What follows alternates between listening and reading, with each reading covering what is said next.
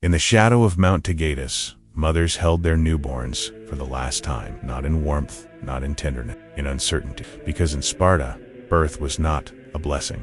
It was an inspection. The elders would decide if the child lived or if the mountain would claim it before sunrise. This was not cruelty for cruelty's sake. This was engineering, social engineering on a scale that would shatter the modern mind. The Spartans didn't raise children. They manufactured weapons, human weapons, conditioned from infancy to endure what no child should endure, to kill without hesitation, to die without fear. And if you're fascinated by the dark mechanics of empire, how civilizations weaponized human psychology itself, then you're in the right place. Subscribe now, because we're going deep into history's most ruthless experiments in control. This is the story of what Sparta did to its own children, and why it would break today's world. The infant's first experience of life was judgment, not love. Judgment. Within hours of birth, Spartan newborns were brought before the Gerousia, the Council of Elders. These were not pediatricians. They were military assessors. Their eyes searched not for humanity, but for utility. Strong limbs, clear eyes, vigorous cry. The child passed. Weak frame, deformity, sickly pallor.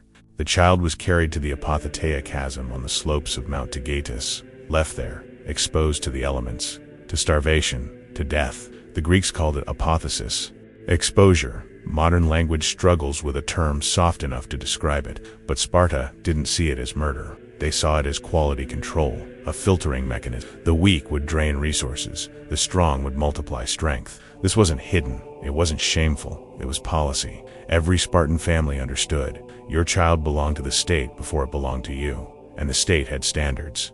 Imagine the psychological weight on a mother's shoulders as she handed over her infant. The helplessness, the primal conflict between maternal instinct and societal duty. But in Sparta, maternal instinct was a liability. Duty was survival. The practice was so normalized that Plutarch, writing centuries later, described it not with horror, but with admiration. He saw it as rational, discipline, the mark of a society that refused to waste resources on the unfit. The Romans were disturbed by it. The Athenians whispered about it, but the Spartans never flinched. Archaeological evidence from the Apothetes shows remains of infants and children, though debates continue about the scale of the practice. What remains undisputed is the psychological framework. Spartan society viewed children as state property from the moment of birth. The father had no say. The mother had no appeal. The elders decided based on a single criterion: military potential. And this created something unprecedented in the ancient world, a society where parental love was systematically subordinated to state utility from day one, because to them this was the first lesson every Spartan learned. You are not an individual. You are a component, and components that don't function are discarded. The survivors, the infants deemed worthy, returned to their families. But even in those early years, the shadow of the state lived. Spartan infants were not coddled. Plutarch records that they were bathed in wine instead of water to test their constitution. They were left to cry without comfort, to develop endurance from infancy. Even before the Agoge began, the conditioning had started. Visual: a Spartan home, mother and child, dawn breaking, a man in a red cloak waiting at the door. At 7 years old, the Spartan boy was taken, not metaphorically, literally taken, removed from his home, separated from his mother, delivered into the hands of the state. This was the Agoge, the most brutal educational system the ancient world ever devised, and it began with severance, with psychological dismantling. The child had spent 7 years in relative warmth, learning language, forming attachments, developing a sense of self. Now all of that was weaponized against him. The Agoge didn't just train boys, it reprogrammed them. It stripped away childhood and replaced it with something colder, harder, more controllable. The boys were organized into agili herds, not classes, herds. The terminology was deliberate. They were being domesticated, turned into instruments of the state's will.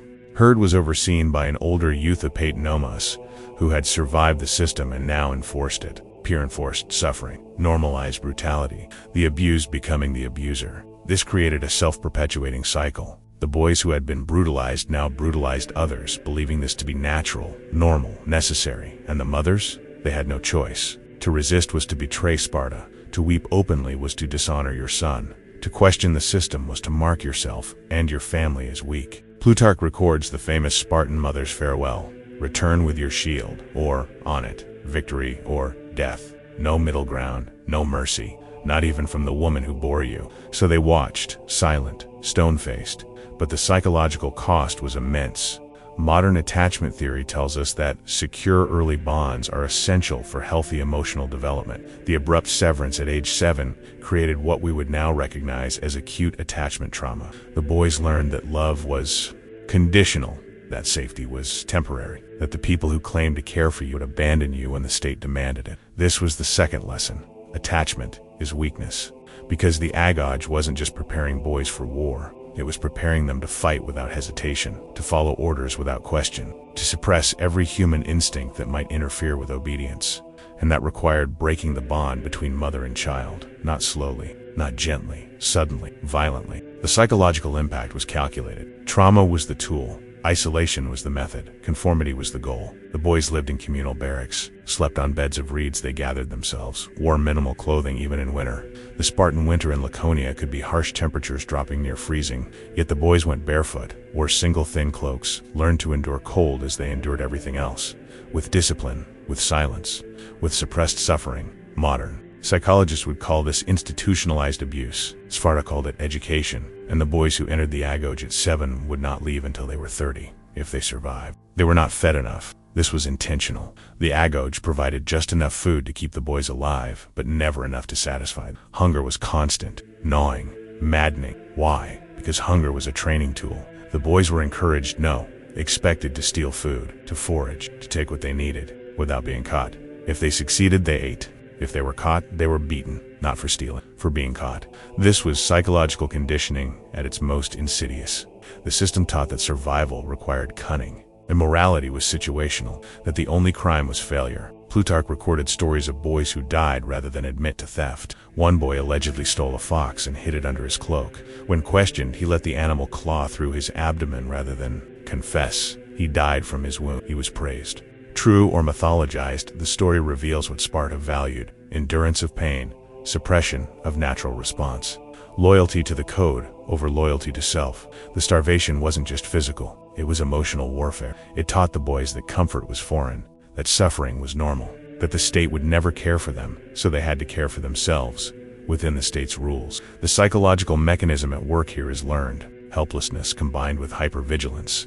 The boys couldn't change the system, they were powerless against it. But within that system, they had to remain constantly alert, constantly calculating, constantly stealing just to survive. This created a permanent state of stress. Cortisol levels elevated, fight-or-flight response constantly activated, the developing brain adapting to perpetual threat. Modern militaries use food deprivation in interrogation resistance training, but they do it for days. For weeks at most. Sparta did it for decades. The result? Boys who learned to function in permanent deprivation, who developed a tolerance for suffering that made them nearly unbreakable in battle. Because when you've been starving since you were 7, the hardships of war feel routine. The starvation also served another purpose. It taught resource acquisition through any means necessary. In enemy territory, Spartan soldiers could survive where others would perish. They could steal. They could forage. They could endure hunger that would break lesser men, because they'd been doing it since childhood. This was the third lesson. Survival is earned, not given. And the cost of learning it was childhood itself. The boys' bodies adapted too. Stunted growth was common. Lean, wiry frames, minimal body fat, maximum efficiency. They looked different from other Greeks: harder, sharper, more compact. They were being physically shaped by the system, not just psychologically. They fought each other, constantly, not in sport, in violence. The Agoge encouraged combat between the boys. Bare knuckle, no rules, no referees, just dominance and submission. The older boys brutalized the younger ones. The stronger dominated the weak. And the paid nemoi, the enforcers, watched, evaluated, intervened only when death seemed imminent. This wasn't bullying. This was engineered hierarchy. Sparta understood something modern societies struggle to admit: violence establishes order. In the absence of law, strength becomes law. And the Agoge wanted boys who understood that instinctively. So they created an environment where violence was the currency of status, where the ability to inflict pain and endure it determined your place in the social structure. The boys learned to read body language, to detect weakness, to exploit hesitation, to suppress empathy, because empathy was a vulnerability. Every fight taught the same lesson: mercy gets you beaten. And the beatings weren't just physical, they were psychological. Imagine being 7 years old and realizing that no adult will protect you, that you are surrounded by other children who have been taught to hurt you, that your only options are to dominate or be dominated. The social dynamics were brutal. Alliances formed and shattered. Betrayals were common. Trust was a luxury no one could afford. The boys learned Machiavellian politics before they learned philosophy. Power before ethics. Survival before morality. This is how you create soldiers who don't freeze in combat, who don't hesitate when ordered to kill, who see violence not as an aberration, but as a natural state. The Agoge didn't just prepare boys for war. It made war feel like home, and home feel like a distant, dangerous memory. The combat training was sophisticated. Wrestling, boxing, pankration, a brutal Greek martial art combining both. Weapon training with spears, swords, shields. But the psychological training was more important than the physical. The boys learned to fight in formation, to move as one, to suppress individual instinct in favor of collective action. The famous Spartan phalanx wasn't just a military tactic, it was a psychological necessity. These boys had been conditioned to find identity in the group, safety in conformity, strength in unity. Alone they were vulnerable. Together they were unstoppable. Modern child psychology recognizes this as a breeding ground for severe trauma, for dissociation, for arrested emotional development. The constant threat, the unpredictable violence, the absence of safe attachment, all the ingredients for complex PTSD. Sparta called it strength, but it was damage. Systematic, calculated damage. The difference was that Sparta had weaponized the damage. At the altar of Artemis Orthia, Spartan boys were whipped until they bled, not as punishment. As ritual, the diamastagosis, the ordeal of endurance. Boys lined up to be flogged, some until unconsciousness, some until death. And they were not allowed to scream, not allowed to beg, not allowed to show pain, because pain was a test, and the gods were watching, or so the boys were told. In reality, the gods didn't matter. The state mattered, and the state needed soldiers who could endure torture without breaking, who could be captured, interrogated, brutalized, and reveal nothing. So the Agoge created a ritual that normalized extreme suffering. The boys who endured the longest were celebrated, their names recorded, their families honored, victors in the contest of pain. The boys who cried out were shamed, mocked, marked as weak. This was operant conditioning. Pain paired with social reward for endurance. Pain paired with social punishment for failure. And it worked. Spartan warriors became infamous for their ability to withstand torture. Herodotus recorded stories of Spartans captured by Persians who refused to speak even under extreme duress, because they had been conditioned since childhood to associate pain with identity, endurance with honor. The ritual itself had layers of psychological manipulation. It was public. Families attended, watching, judging. The boy knew his mother was there, his father, his brothers, the entire community, and he knew that showing weakness would dishonor them all. So he endured. Not because he was strong, because he was terrified of the alternative. This is how shame becomes more powerful than pain. The modern mind recoils. This is child abuse. This is trauma. This is a violation of every norm we hold sacred. But Sparta didn't care about norms. Sparta cared about results. And the result was an army that didn't break, ever. The archaeological remains at the sanctuary of Artemis Orthia show evidence of this practice continuing into the Roman period. Tourists would come to watch Spartan youths being flogged, a grotesque spectacle that had become Sparta's primary export by then. The city that once terrified Greece had become a tourist attraction, a performance of its former brutality. But in the classical period, the diamastagosis was deadly serious. Boys died, and when they died, they were honored, because death in service of the state was the highest achievement, even if that service was simply dying while being. At 20, the strongest boys were selected for the Cryptia, the secret police, the death squad. Their mission was simple: terror. The Cryptia operated in darkness, literally and psychologically. They were sent into the countryside, into Helot villages, with one objective: kill, not in battle, in cold blood. Helots were Sparta's slave class, descendants of conquered peoples, primarily Messenians, conquered after brutal wars in the 8th and 7th centuries BCE. They outnumbered Spartans 7-1, perhaps more, and Sparta lived in constant fear of rebellion. The Helot revolts were not theoretical. They had happened violently. The Great Earthquake of 464 BCE triggered a massive Helot uprising that took years to suppress. Sparta's entire society was built on a foundation of enslaved labor. The Spartans didn't farm, didn't craft, didn't trade. They trained for war, and the Helots did everything else. This created a paradox. Sparta's military strength depended on Helot labor, but Helot labor required brutal suppression. It required military strength, a cycle of violence that could never end. So the state engineered a solution. Every year, Sparta declared war on the Helots. Not metaphorically, officially, legally. The or Sparta's magistrates would make a formal declaration. A state of war existed between Sparta and the Helots. This meant killing a Helot was not murder. It was military action, and the Cryptia were the executioners. They moved at night, alone or in pairs, silent, invisible. They targeted the strongest Helots, the leaders, the ones who might inspire resistance, the ones whose intelligence, whose physical strength, whose charisma made them dangerous. And they killed them, without warning, without trial, without mercy. This was state-sponsored terrorism, systematic, calculated, designed to ensure that Helot society never developed the leadership necessary to organize effective resistance.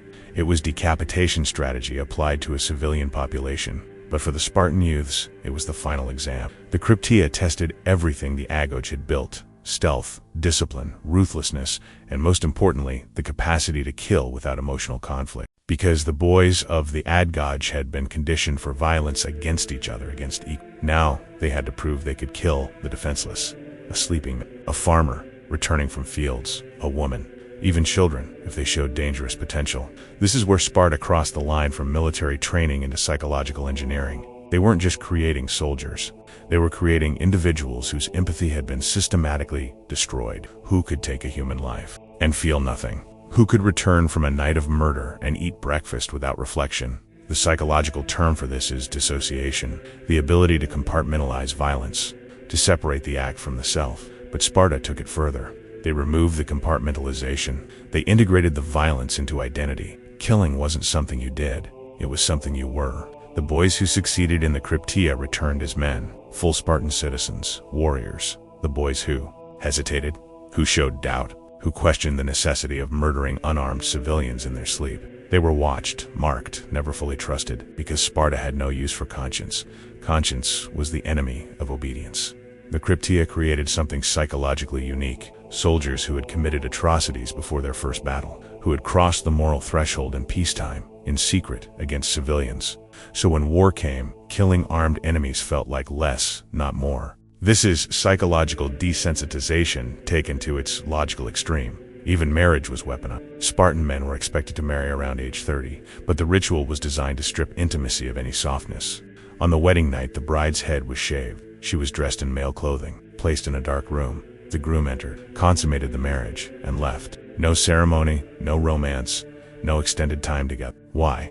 Because attachment was still the enemy. Sparta didn't want husbands who loved their wives too much, who might hesitate in battle, who might choose family over state. So they engineered a system where emotional bonding was minimized. The man returned to the barracks. The woman remained in her family home. They met in secrecy, in darkness. Brief encounters, functional, clinical. Plutarch records that some men fathered children without ever seeing their wives in daylight. This wasn't romance, it was reproduction. State mandated, state regulated. Children were born, but fathers barely knew them, because the state had already decided. The family you know is the army. The ritual itself, the shaved head, the male clothing, was psychologically calculated. The young Spartan man had spent his entire life surrounded by males, living with males, fighting with, forming his deepest bonds with males. Sexual attraction to women was foreign, uncomfortable, perhaps even threatening to his identity. So the state made the woman look like a man, eased the transition, made reproduction psychologically possible for men who had been systematically alienated from femininity. This reveals the depth of Sparta's psychological engineering. They understood that their system created men who were emotionally stunted, who couldn't form normal, intimate relationships. So they adapted marriage to fit the damage they'd created. The women, too, were products of a system, though a different one. Spartan women were educated, trained physically, given property rights. Unusual in the Greek world, but they were also expected to produce warriors, to raise sons who would be taken away, to praise sons who died in battle. They were not partners, they were breeding stock for the state. One famous story, a Spartan mother who had sent 5 sons to battle received news that all 5 had died. Her response? She asked if Sparta had won. When told yes, she said, "Then I am happy." True or not, the story captures the ideal. Maternal instinct subordinated to state loyalty. This created a society where men were emotionally stunted, where intimacy was foreign, where the only deep bonds were forged in blood and battle. Psychologically, this is catastrophic. Humans are wired for connection, for attachment, for love. Sparta systematically severed those wires. The result? Men who fought with inhuman discipline, who died without regret, who sacrificed themselves because they had nothing else to live for. Thermopylae wasn't just military tactics, it was the logical, an endpoint of a system that had made death feel more natural than. The 300 Spartans who stood against Xerxes weren't brave in the way we understand bravery. They weren't overcoming fear. They had no fear left. It had been beaten out of them decades earlier. They weren't choosing death over life. They were choosing familiar over unfamiliar. Violence was familiar. Death was familiar. Living in peace, growing old, loving freely, those were foreign concepts. Sparta won battles, but it lost humanity. By the 4th century BCE, Sparta was collapsing, not from external conquest, from internal rot. The population was declining. Fewer and fewer boys survived the Agoge. Fewer men reached full citizenship. At the Battle of Leuctra in 371 BCE, the Spartans fielded 700 Spartiates full citizens. Thebes destroyed them. The myth of Spartan invincibility shattered. At their peak, Sparta may have had 8,000 to 10,000 full citizen warriors. By the late classical period, perhaps 1,000. The system was unsustainable. You cannot brutalize children for generations without consequence. The trauma doesn't disappear. It compounds. The Helots continued to revolt. The Cryptia couldn't kill them fast enough. The fear that controlled them for centuries was weakening, and Sparta couldn't adapt. The system was too rigid, too inflexible. Spartan society became paranoid, insular, incapable of innovation. They had engineered the perfect soldier, but they had destroyed the capacity for everything else. Innovation stifled, art non-existent, philosophy forbiddance. The Spartans produced no great thinkers, no great artists, no great architects. While Athens built the Parthenon, Sparta built nothing. While Athenian democracy experimented with governance, Sparta clung to oligarchy. While other Greek cities traded, colonized, expanded, Sparta stagnated. Because a society built entirely on trauma cannot sustain itself. Modern psychology confirms this. Childhood trauma creates adults with PTSD, attachment disorders, emotional dysregulation, aggression, dissociation. Sparta built its entire civilization on those symptoms and called it strength, but it was pathology, collective pathology. The system created men who could fight, but who couldn't build, couldn't create, couldn't imagine a future different from the past. When Philip II of Macedon threatened Sparta in the 4th century BCE, he sent a message: "If I invade Laconia, I will destroy you." The Spartans sent back one word: if. Famous, laconic, defiant, but also revealing. Because Philip didn't invade, not because he feared Sparta, because Sparta was already irrelevant. Why conquer a city that was dying on its own? The Spartan experiment proved something terrible. You can engineer obedience. You can manufacture violence. You can condition humans to suppress every natural instinct, but you cannot build a lasting civilization on the broken minds of children. Rome conquered Greece, but Rome learned from Athens, not Sparta. Roman law, Roman literature, Roman philosophy, all influenced by Athens. Sparta gave Rome nothing except cautionary tales, because Sparta had optimized for one thing: military domination, and in doing so, had sacrificed everything that makes civilization worthwhile. The final irony? By the Roman period, Sparta had become a tourist attraction. Wealthy Romans would visit to watch the Diamastigosis, the whipping ritual performed for entertainment. The city that once terrorized Greece had become a theme park of its own brutality, a museum of trauma. Outro, -36 to 30 to 38 minutes and 30 seconds. Visual, ruins of ancient Sparta, overgrown stone, silence.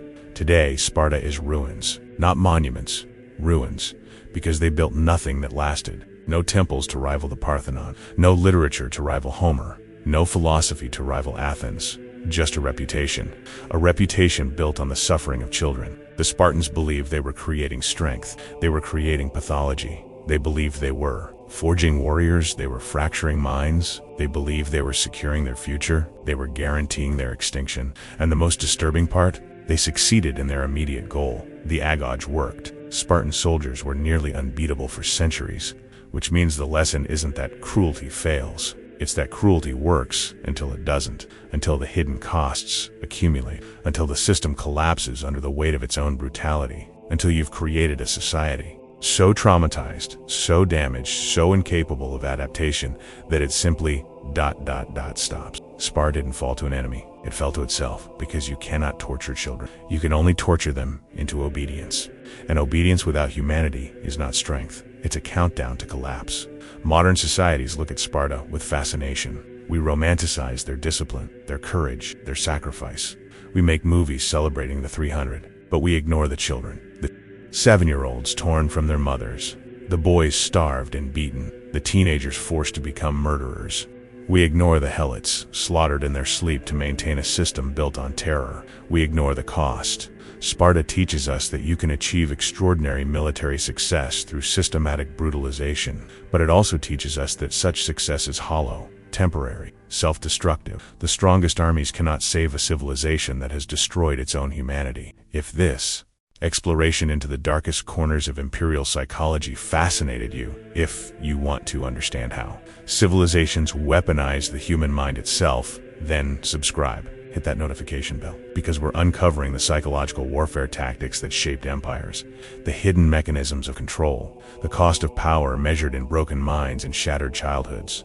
The algorithm favors the curious, so like this video, share it, and tell me in the comments, what empire should we dissect next? Because history's darkest lessons are also its most important. And we're just getting started.